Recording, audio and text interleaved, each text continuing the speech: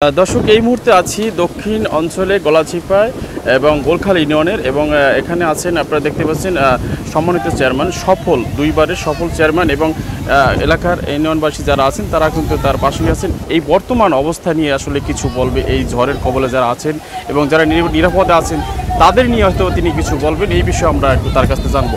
আসসালামু আলাইকুম। ওয়ালাইকুম সালাম। জি, এই বর্তমান অবস্থাটা নিয়ে একটু যদি বলেন এবং আপনার যারা এলাকাবাসী আছে তাদের উদ্দেশ্যে আসলে আপনার কি বলার এবং কতটুকু কাজ করেছেন আপনি নিরাপদে থাকতে পারবেন বলে আমরা আশা করি। বিসমিল্লাহির রহমানির রহিম। আমি মোহাম্মদ নাসির উদ্দিন, চেয়ারম্যান ২ নং গোলখালী ইউনিয়ন পরিষদ। আসলে ঘূর্ণিঝড় রেমাল যে কোনো সময় আমাদের উপকূলীয় অঞ্চলে আঘাত হানতে পারে। আমরা খুব বঙ্গোপসাগরের নিকটবর্তী এই গলাচিপা উপজেলা, তাই আমরা প্রশাসনের নির্দেশক্রমে আমরা সার্বক্ষণিকভাবে জনসাধারণকে সচেতন করেছি এবং নিরাপদ আশ্রয় যাওয়ার জন্য তাদেরকে অনুরোধ জানিয়েছি। ইতিমধ্যে আমাদের গোলখালী ইউনিয়নের প্রত্যেকটি সাইক্লোন শেল্টারকে আমাদের আশ্রয়কেন্দ্র খোলা হয়েছে এবং সেখানে তাদের যাওয়ার জন্য আমরা অনুরোধ জানাচ্ছি এবং যে কোনো সময় আঘাত হানতে পারে, তাই তারা সেই নিরাপদ আশ্রয় গেলে সেখানে আমরা শুকনো খাবারেরও ব্যবস্থা করব এবং যাতে জনগণ যানমালের নিরাপত্তা নিয়ে সেই সাইক্লোন শেল্টারে পৌঁছতে পারে সেজন্য এই দেখতে পাচ্ছেন স্বেচ্ছাসেবী টিম, সিপিপি, ইউনিয়ন পরিষদ সহ আমাদের দলীয় লোকজন এখানে আমাদের সাথে কাজ করছে। আচ্ছা, আরেকটা জিনিস আপনার কাছে জানতে চাচ্ছি, সেটা হলো যে আমরা দুই একটা আপনাদের এলাকাবাসী যারা আছে তাদের কাছে আমরা খবর নিয়েছি যে অনেকেই বলে যে ক্ষতিগ্রস্ত হওয়ার পরে অনেকেই আসলে আমাদের জায়গায় পৌঁছাতে পারে না, যেটা খাদ্য সামগ্রী দেওয়ার জন্য যেটা পৌঁছানোর ওই ব্যবস্থাটা আসলে তারা ওই সময় দিতে পারে না। যদি আমাদের আগে দিত তাহলে আমাদের হয়তো বা সমস্যাটা কম হইতো। আসলে এই বিষয়টা আপনি একজন প্রতিনিধি হিসাবে কীভাবে দেখছেন? আসলে আমরা এখন যে ঘূর্ণিঝড় যে কোনো সময় আঘাত হানবে এই পূর্ব আমরা প্রস্তুতি নিচ্ছি। আমরা আশ্রয়কেন্দ্রে যেতে তাদের অনুরোধ জানাচ্ছি এবং আশ্রয়কেন্দ্রে গেলে আমরা তাদেরকে যে স্বাভাবিকভাবে যে শুকনো খাবার সেটা আমরা নিজেরা পৌঁছে দেব। আর একটা বিষয় হচ্ছে আমরা যেখানে দাঁড়িয়ে আছি এটা হচ্ছে গোলখালী ইউনিয়নের পানি উন্নয়ন বোর্ডের 43/2C পোল্ডার। এই পোল্ডারে 25 কিলো রাস্তা বেরিবাদ হয়েছে এবং অনেকগুলো স্লুইস গেট হয়েছে।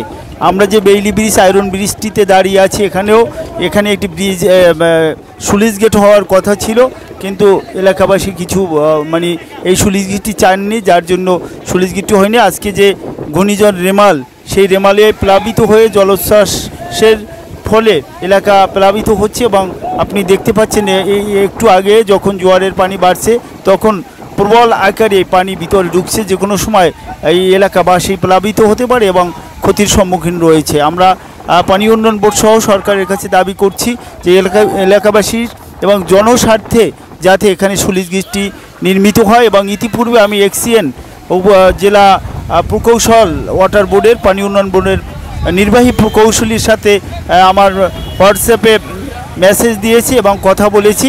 তিনি আমাকে আশ্বস্ত করেছে এটা পরিদর্শন করবে।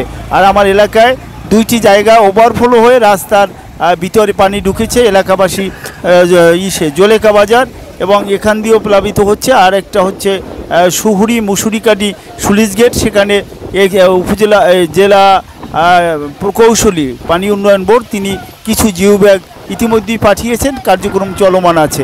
আমি আশা করি যে আমরা যেখানে দাঁড়িয়ে আছি এখানে এই মুরব্বী আছে, উনি খুব দাবি করছে যাতে এই বৃদ্ধ বয়সে উনি এখানে একটা স্লুইস গেট দেখে যেতে পারে। তাই কর্তৃপক্ষের কাছে আমার দাবি, এলাকাবাসীর পক্ষ থেকে আমি জনস্বার্থে এখানে একটি স্লুইস গেট যাতে নির্মিত হয় সেই দাবি করছি। আচ্ছা, আপনি বলছেন যে এই এলাকার জনগণ যারা আছে এখানে বসবাস যারা করে তারা এখানে কি এই স্লুইস গেট করলে কি সমস্যাটা কি এবং সুবিধাটা কি, কেন করতে দিচ্ছেন আপনাকে? আসলে এখানে দেখেন যে জায়গাটিতে দাঁড়িয়ে আছি নিচ থেকে ভিতরে পানি প্লাবিত হচ্ছে, অতএব এখানে একটি স্লুইস গেট হলে যখন জনস্বার্থে কৃষকের স্বার্থে পানি প্রয়োজন, ইচ্ছে করলে এভাবে পানি বাড়লে তারা ভিতরে পানি নিতে পারবে। এখানে খাল করার খননের প্রয়োজন নেই। স্লুইস গেটটি হলে অটোমেটিকলি যেভাবে পানি প্রবেশ হচ্ছে এভাবে পানি প্রবেশ হলে কৃষকের উপকৃত হবে এবং এলাকাবাসী একটা এই যে ঝড় জলোচ্ছ্বাস এ থেকে যে আতঙ্কে থাকে সেই আতঙ্ক থেকে তারা পরিত্রাণ পাবে। আচ্ছা, সর্বশেষ এই বর্তমান যে ঘূর্ণিঝড় যে প্রবলিত হচ্ছে আসলে এই বিষয়ে আপনার এলাকাবাসীর উপরে কি বলবেন আর নির্দেশনা কি আপনার? আমাদের প্রশাসন কর্তৃক আমাদের যে নির্দেশনা রয়েছে, যারা আসলে আশ্রয় কেন্দ্রে যাওয়ার জন্য নির্দেশনা আছে এবং আমরা অনুরোধ জানিয়েছি ইতিমধ্যেই যে যারা এই সন্ধ্যার আগেই যেন তারা আশ্রয় কেন্দ্রগুলিতে পৌঁছে যায় এবং এলাকাবাসীতে অনেক পুকুর প্লাবিত হচ্ছে, তাতে তাদের মাছের ক্ষয়ক্ষতি হয়েছে, কিছু প্রাণের বড়জো ক্ষয়ক্ষতি হয়েছে।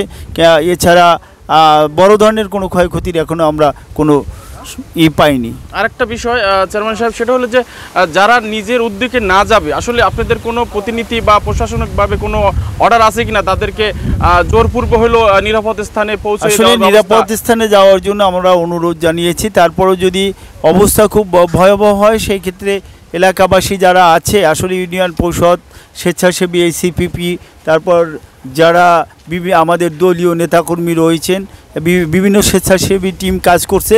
প্রথমে প্রতিবন্ধী, তারপর বয়স্ক লোক যারা আছে এবং শিশু, তাদেরকে আশ্রয়কেন্দ্রে নিয়ে যাওয়ার সহযোগিতা রয়েছে। অনেক ধন্যবাদ। দর্শক, আমরা এই মুহূর্তে ছিলাম গলাচিপা এবং গোলখালী ইউনিয়নের চেয়ারম্যান সাহেবের সাথে এবং তার কিছু মূল্যবান কথা শুনছিলাম। আমরা আজকে বিদায় নেব এবং যারা এই মুহূর্তে দেখছেন এবং সবাইকে এই প্রোগ্রামটি দেখার সুযোগ করে দেবে এবং শেয়ার করে দেবেন যেন সবাই সচেতনভাবে থাকেন। সবাইকে ধন্যবাদ। আল্লাহ হাফেজ। ধন্যবাদ আপনাকেও।